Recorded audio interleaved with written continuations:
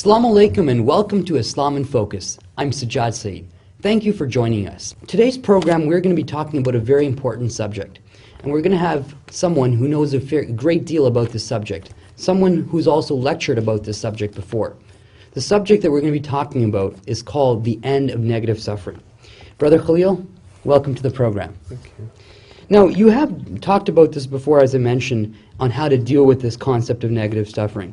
So can we start by defining what negative suffering is, and what exactly do you mean by it? Bismillah ar-Rahman ar-Rahim. Yes, if we begin with the assumption that the natural state of a human being is to have peace and tranquility in their life, in their heart, then negative suffering can be defined as any form of suffering that disturbs this inner peace and tranquility. Anything that takes away from a human being his or her sense of peace and tranquility can be deemed negative suffering. This can be, for example, stress, anxiety, depression, blame, self-pity, and so on. And this is in contrast to, because you might wonder, well, why not just call it suffering? Why call it negative suffering? This is in contrast to what you might call conscious suffering, where a person learns to deal with suffering that is inevitable, such as physical pain or emotional pain, but to go through that without losing their sense of inner peace. Excellent. Now, you mentioned things like different forms of negative suffering, like blame, worry, anxiety, hate, greed, anger, and you know, the list goes on, right? We live in an era, I think, that everybody tries harder to suffer like that, or thinks of ways. Now, what do you think is the root cause of all these negative sufferings? Well, if we just take a minute to first understand how human beings learn these habits. And if you pick up a good book on psychology, you will see that these habits are not learned when we grow up as adults. We learn them in infancy. And psychologists will tell you that outwardly their root cause is the human mind having created a false sense of self, which is commonly called the ego. This formation of the ego, this illusory self that the mind produces, and it's a lengthy discussion as to how this formation takes place, but this false sense of I-ness that actually veils us from knowing who we really are can be identified as a primary cause. So to put it differently, in a layman's language, from the time we are born, the human mind creates a fictitious sense of self in the mind that doesn't really exist, a sense of I-ness that is called the ego. And because it isn't real, and because from our infancy we're not mature enough to learn that this is not real, it learns all these, if you like, bad habits that it uses to keep this ego alive. Okay? There is another cause to this that is behind the scenes, which is perhaps more real, as the real cause of the suffering.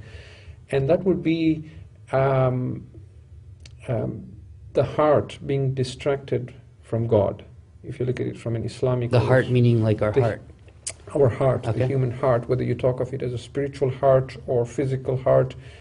Some Muslim mystics have tried to show an association between the physical heart and the spiritual heart.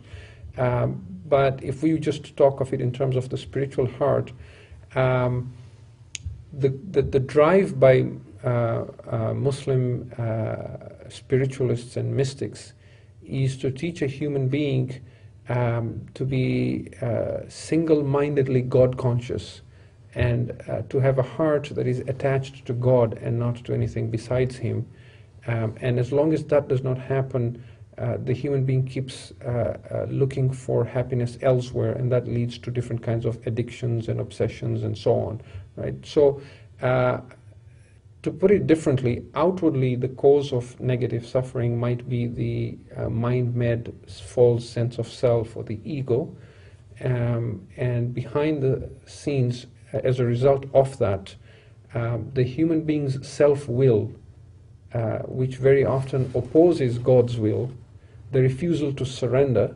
What I frequently say is Islam means to surrender, and man's purpose in life is to learn how to surrender. That existence of a self-will that does not agree with God's will, the refusal to surrender, is the root cause of all these different forms of negative suffering. Excellent. So there's a lot of things that you've discussed there, and before we go on, I just wanted to kind of look at society, right? And a lot of the problems that we have in society, people are trying to deal with a lot of these sufferings, right? These negative sufferings. So if the guy, he's depressed, he might go, oh, I'm going to go to the casino and I'm going to gamble my way and make myself happier by getting money. Or, people consume alcohol or drugs and things like that. So, those are all things that people use to treat some of these symptoms. I'm not saying everybody does, but in different, things, I might, go to the movies to feel better. And a lot of reasons why people go to the movies to laugh and feel better. So these are all they have the symptoms. Each one of us has them to different extent, and we try to get things to treat them with. But what would you do to begin and to end negative suffering from our lives and not use these things that are actually destructive habits? Right. Because the cause of these different forms of negative suffering comes from a false sense of self, not knowing who we really are. The first step that we would need to take towards bringing ourselves to a permanent state of being in peace and tranquility, not really yo-yoing back and forth, as you described, having highs and lows, and would be to recognize who we really are, knowing who we really are. And that is why you will see that in Islam as well, there's a lot of emphasis on knowing who you are. We have, for example, a tradition or hadith from the Prophet of Islam, peace be on him and his family, in which he says, "Man arafa nafsa faqad arafa rabbah." One who knows his self knows his Lord, or one who knew his self knew his Lord. And one of the meanings we can derive from that is, even if you're trying to understand who God is, or you're trying to understand anything associated with God, the first step is to know who you are. And knowing who you are begins by disidentifying with the mind. And so as we identify this as the first way to eliminate negative suffering, know who you are, we would then look at various ways of how you go about knowing who you are. When you mean that, do you mean that I'm not Sajjad Saeed, or how do you, what exactly do you mean by knowing who you are? Because I think I know who I am, right. But is there a deeper definition of that when you say know who you are? Yes, absolutely. Most human beings assume that they are the voice in the head. So that little guy talking... The little guy who's always chattering, who's always talking, who's always blaming, who's always thinking of a past bitter incident. When I see this guy who I had an altercation or a fight with, the whole drama plays again in my mind, or the constant worry about what's going to happen in the future. Are we on the verge of a pandemic? There's a recession. What about my RSP, my retirement? That voice in the head that keeps talking. We identify with it completely because that's what the mind has been telling us is the real me from the time you were born. Right? So when we say you are not the false sense of self, it doesn't mean you do not exist or that Sajjad Saeed does not exist. What it means is that if you learn to disidentify from this voice in the head, or from this false sense of self, you will discover there is a real Sajjad Saeed who is, and I'm not saying you are, but there is the real person who is asleep, who is unconscious, or who is veiled from bringing out his full potential because of this mind-made illusory self. And that is why Imam Ali, peace be on him, says, "An-nasu niyamun idha matu intabahu." The people are asleep. When they die, they wake up. Gotcha. Right? So what we try to do is to say, can we experience death, i.e. death of the ego, before physical death? In other words, can we wake up before you actually have to die? you're forced to wake up. Gotcha. Right? And that real person, that real self, doesn't just talk from the mind.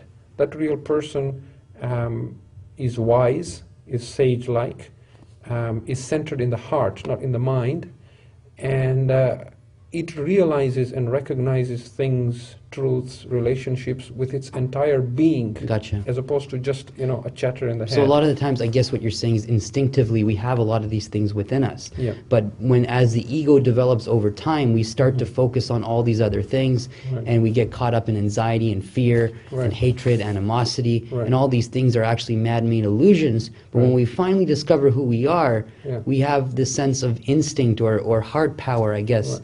that takes over. Is that correct? Absolutely. And in fact, even if we don't strive for this enlightenment, if you like, there are certain moments in life where we all experience our real self. And that happens when we are absolutely present in the now. The reason is because in order for the mind to keep this illusion alive, what it does is it either needs to live in the past and retell stories again and again, or it needs to live in the future and worry about what-if scenarios, things that may or may not happen. Sometimes things happen in life where we are forced to be absolutely present in the now, and we have to deal with something now. We can't live in the past and the future. And when that happens, we see the real person emerging. Like, for example, when a baby is being born, and we are right there when the child is being born. Or when someone is dying and we're right with them while they're dying, right? We worry all our lives, how will I deal, for example, with the pain when my parent dies? But when it actually happens, we somehow know how to deal with it. Yeah, no, I completely How agree do with we you, know yeah. how to deal with it even though we worried about it? It's because the worry was being done by the ego. Yeah. But now that there is no past and future, it's Yeah. happening right now. Yeah. The dealing with the issue is being dealt with the real person. Yeah, that makes And you will perfect also sense. see when a person is dying, the family is all together, there's a lot of love, there's a lot of unity. You're not worrying about anything You're else. not worrying about Yeah. anything else. And then later on, once the ego snaps back into position, then there's the fight about inheritance and fight about this and that and so on, right? Yeah. So we all do have glimpses of our real self in life. Yeah. And the idea is to learn certain habits so that we can make this a constant mode in which we live in, Yeah. so that we are always in peace. Yeah. It's almost as though it's like a movie being played out in our minds. Right. And I guess you have to learn to press that pause button and Right. carry on with the rest of your life rather than letting that movie constantly play out Yeah. and control your life. Would Yeah. that be a correct analogy? Yes, absolutely. Except that you don't need to do much to press that stop or pause button. A Right. lot of times people will ask me, so what should I do? Yeah. Give me some things to do, A, B, C, D, Yeah. right? It's not so much what you need to do as much as you need to just watch the mind while it's playing the games. If you make this a habit, you can actually sit back and watch the thoughts coming into your mind like like clouds passing by on a breezy day, and if you do this as a habit, even when anger rises in you, you will watch how your mind is reacting as anger comes in, as desire comes in, as pain comes in, as boredom comes in, as depression comes in, as the need to argue and win every argument comes in, the compulsive need to blame or self-pity. You'll watch the mind and say, oh, there it goes now, it's wallowing in self-pity, right? And just by doing this, you dissolve the ego and you evolve. Really. Gotcha. So a lot of times I think when we trust our instincts, our natural human instincts, they actually lead us to do the right thing. But if we always let our mind take over and let these forms of negative suffering take over our bodies and our lives, that's when we oftentimes get caught up in those problems. To a point where many people have come to believe that this is natural, that we are supposed to go through life feeling anger, hate, depression, boredom, and so on. When in fact this is not natural. This is just a bad habit we've learned from infancy, and it is possible to attain a level of peace and I often say, look at the people you know who you consider to be at peace. Their knowledge and understanding of who they really are and of God will be in proportion to that level of peace and tranquility. That makes a lot of sense. The more you find a person to be at peace, to that proportion you will find his knowledge of God and of who he really or she really is. Because a lot of times the people who act out in these ways, they might say, oh, I know a lot about God. They know a lot about God theoretically, but they don't know much about God spiritually, because they've never let God enter their hearts, I guess, right? So it's a very different scenario. Now, you also mentioned the mind and how it forms an illusionary self or an ego. But the mind is what makes us human and better than animals. Humans have made great progress because of the mind. Now, is the mind a bad thing? That's a very interesting question. The mind can be a bad thing or can be a good thing, depending on how we see its role in our lives. If we see the mind as a tool, just like we have 5 senses, we see this as another sense that we use to analyze, to rationalize, to come to conclusion, to help others, then it is a good thing. But if we identify with the mind as being who we really are, and we're constantly identified with that obsessive chatter in the mind, then it can be a bad thing. The mind likes to say, well, it's because of me that, you know, we're better than animals. But think about it for a moment. A lot of the good things, quote-unquote good things that human beings have done because of the mind is as a result of solving a problem that the mind created in the first place. So the mind, it kind of keeps itself employed. Exactly. That's a very good way to put that. The mind creates a world war, and then the mind creates a United Nations to bring world peace. The mind creates machinery to produce pollution, and then the mind talks about saving the environment. Right? The mind creates processed foods that's unhealthy to eat, and then the mind creates medicine to cure diabetes and so on and so forth, right? The mind brings in materialism, greed, classes in society, taking the rights of others, poverty, right? And then the mind talks about humanitarian activities to help the poor, right? So the mind can be a good thing or a bad thing. I think it is certainly what makes us noble and makes us human, provided we understand its role in our lives and we are heart-centered, not mind-centered, and we see ourselves as having a mind that is a tool, that is a gift from God to use where it's needed to, and not something that we identify with completely and the false sense of self the mind has produced, you know, as being who we really are. Excellent. Otherwise we are enslaved with the mind as opposed to it being under our control. Gotcha. So I guess what we're really getting at is not the fact that the mind is a bad thing, but you need to make sure that you always, or you don't let your ego take over and always are doing things to you know, feed that. If you see someone with a nice car, you say, I'm going to get it because he has it. Or you see someone wearing a nice suit and you say, I'm going to get it and get a better one than him. So you're effectively not buying these things because you want them, but because you want to be better than the other person. Right. And then a step further to that is watching the mind and asking yourself, why do I want this? What is it in me that feels it must get this because somebody else has it? Is it because the ego feels diminished? And is it because the mind associates the death of the ego with physical death, and that's why it feels it must be better than others in every sense, right? Gotcha. Now, one of the methods you mentioned to eliminate negative suffering is to live in the present or the now. But if we're always living in the now, how do we relish the sweet memories of the past or plan for a brighter future? Okay, I'm glad you asked that question, because when we say living in the now, we're not talking of never relishing a memory, a sweet memory, a good memory of the past, or planning the future. Islam itself sometimes asks us to look at the past or look at the future.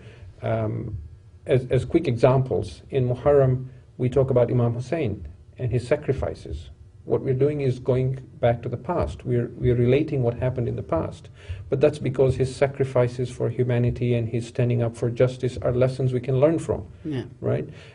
You talk about the future. Every Muslim is waiting for the Mahdi, peace be on him, to return. So we're talking about the future when he returns, and the peace he brings and the justice he brings.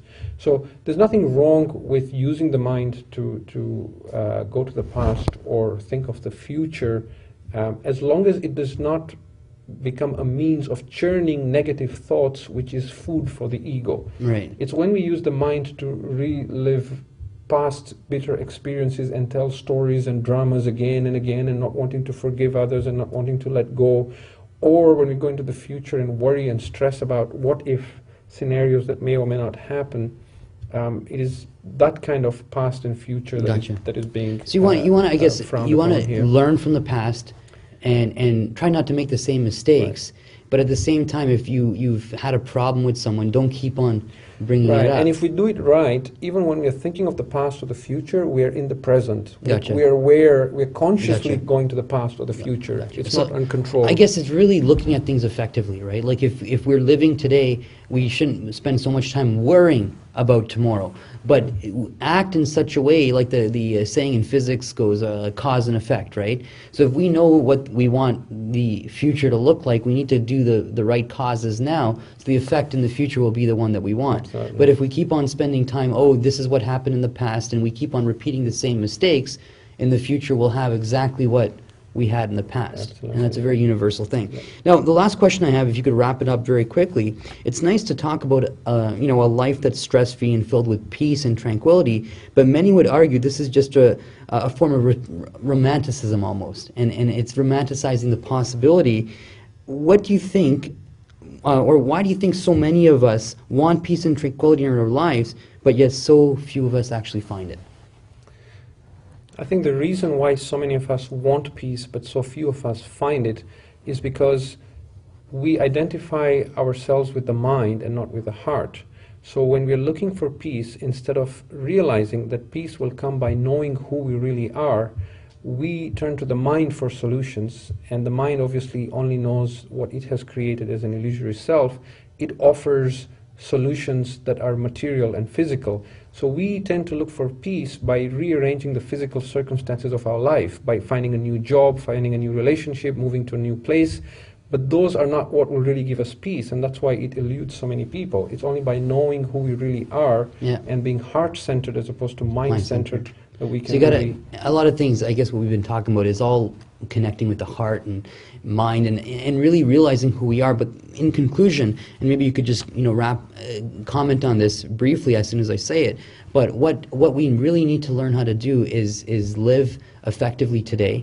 And I guess the one biggest thing that's helped me, if we keep on expanding our frame of reference, like our mind it's like a muscle, right? If we keep on entertaining it, you'll have a very entertained mind, but it's not an effective tool. It's like when we go and exercise and work out, we not only need to work out, we need to diet right, we have to avoid fatty foods and all that kind of stuff. Right. But when it comes to our mind, we allow anybody to enter it. We read email forwards that have no validity, and we pollute it to the point that it can't function properly, and we have such a big ego. So if you could just comment on that very quickly, and in 30 seconds wrap up the program and give the viewers some advice they can take back. Absolutely. Two pieces of advice. One, explore the possibility that there is in you something else that can know and realize the truth besides your mind. Okay. That you can sit quietly and realize something with your whole being, with your heart. Explore the idea that the heart can be an organ of recognition and realization as opposed to just the mind. And the second piece of advice is, a lot of times we try to grow spiritually by doing things, by helping others, by carrying out humanitarian activities, volunteering in the society, community. These are all very good things to do. But what is primary is to first take the time to know who we are, and that's an uphill task. And we shouldn't stop doing the other activities we're doing, but never stop searching for who you are and focusing on yourself and your soul before you help others. Excellent. So I've got some homework now. I got to go figure out who I am. But I really appreciate the time. It's a lot of good advice that you've shared with us. But I really encourage everybody to go on this journey of finding who they are so they can effectively become the person that they're truly capable of being, and almost kind of awaken the giant that they have living within them. So I do thank you guys. Now do visit our website, and if anybody wants some different Islamic literature, we do have some available, mainly the Holy Quran, free of charge on behalf of the Islamic Focus team. Thank you, and once again, we'll see you next time at 10 a.m. next Saturday. Thank you for joining us, and we'll see you again next week. Assalamu alaikum, and see you again. Assalamu alaikum and welcome to Islam in Focus. I'm Sajjad Saeed.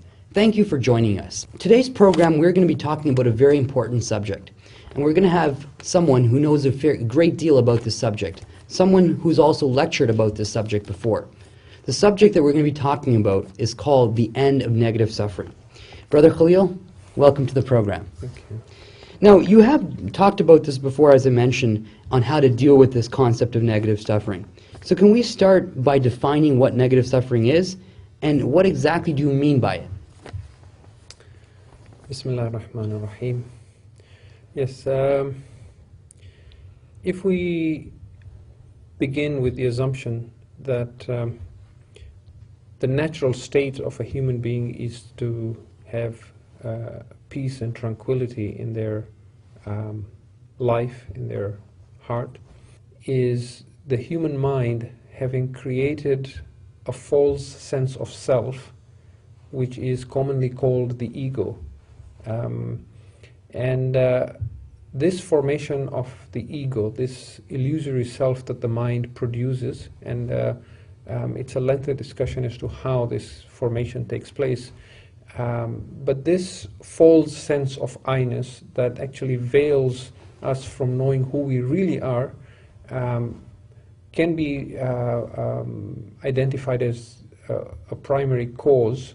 So to put it differently, in a layman's language, from the time we are born, the human mind creates a fictitious sense of self in the mind that doesn't really exist, a sense of I-ness that is called the ego. And because it isn't real, and because from our infancy we're not mature enough to learn that this is not real, it learns all these, if you like, bad habits that it uses to keep this ego alive. Okay? There is another cause to this that is behind the scenes, which is perhaps more real as the real cause of the suffering. And that would be the heart being distracted from God. If you look at it from an Islamic The heart meaning like our heart? Our heart, Okay. the human heart, whether you talk of it as a spiritual heart or physical heart. Some Muslim mystics have tried to show an association between the physical heart and the spiritual heart. But if we just talk of it in terms of the spiritual heart, the drive by Muslim spiritualists and mystics is to teach a human being to be single-mindedly God-conscious. Then negative suffering can be defined as any form of suffering that disturbs this inner peace and tranquility. Anything that takes away from a human being his or her sense of peace and tranquility can be deemed negative suffering. This can be, for example, stress, anxiety, depression, blame, self-pity, and so on. And this is in contrast to, because you might wonder, well, why not just call it suffering? Why call it negative suffering? This is in contrast to what you might call conscious suffering, where a person learns to deal with suffering that is inevitable, such as physical pain or emotional pain, but to go through that without losing their sense of inner peace. Excellent. Now, you mentioned things like different forms of negative suffering, like blame, worry, anxiety, hate. greed, anger, and you know, the list goes on, right? We live in an era, I think, that everybody tries harder to suffer like that, or thinks of ways. Now, what do you think is the root cause of all these negative sufferings? Well, if we just take a minute to first understand how human beings learn these habits, and if you pick up a good book on psychology, you will see that these habits are not learned when we grow up as adults. We learn them in infancy. And psychologists will tell you that outwardly their root cause